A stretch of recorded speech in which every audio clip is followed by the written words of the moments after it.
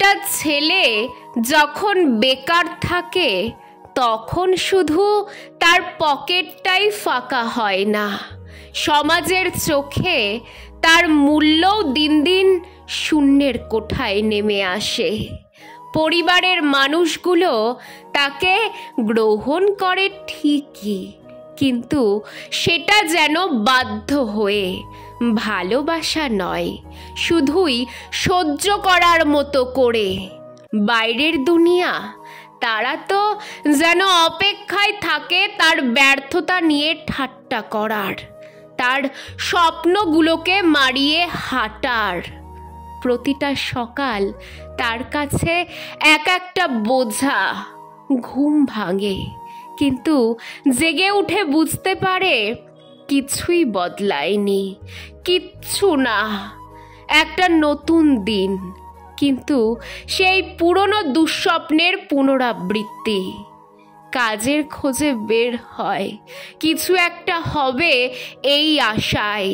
কেউ হয়তো একটিবার বলবে তোমাকে দরকার, কিন্তু না, দরজার পর দরজা বন্ধ হয় তার মুখের ওপর। মুখোমুখি হতে হয় সেই চিরচেনা বাক্যগুলোর। অভিজ্ঞতা কই? তুমি আমাদের উপযুক্ত নও, তোমার প্রোফাইল ম্যাচ করছে না। এই কথাগুলো শুধু প্রত্যাখ্যান নয়, যেন ধীরে ধীরে তার আত্মবিশ্বাসকে কুড়িয়ে কুড়িয়ে খেয়ে ফেলে।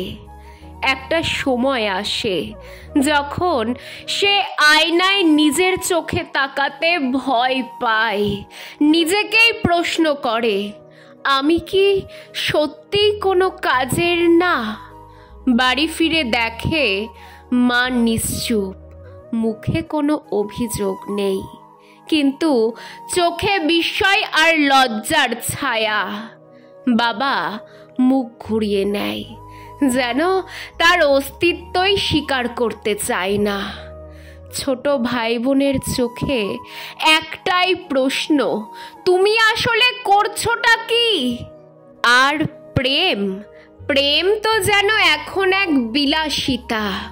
যার পকেটে টাকা নেই, তার অনুভূতির দামও নেই। ভালোবাসা আজকাল শুধু ইনবক্সে থাকে। বাস্তবে তার জন্য প্রয়োজন স্ট্যাটাস, সিকিউরিটি, সাকসেস। যাকে সে নিজের জীবন ভেবেছিল, সেও ধীরে ধীরে দূরে সরে যায়।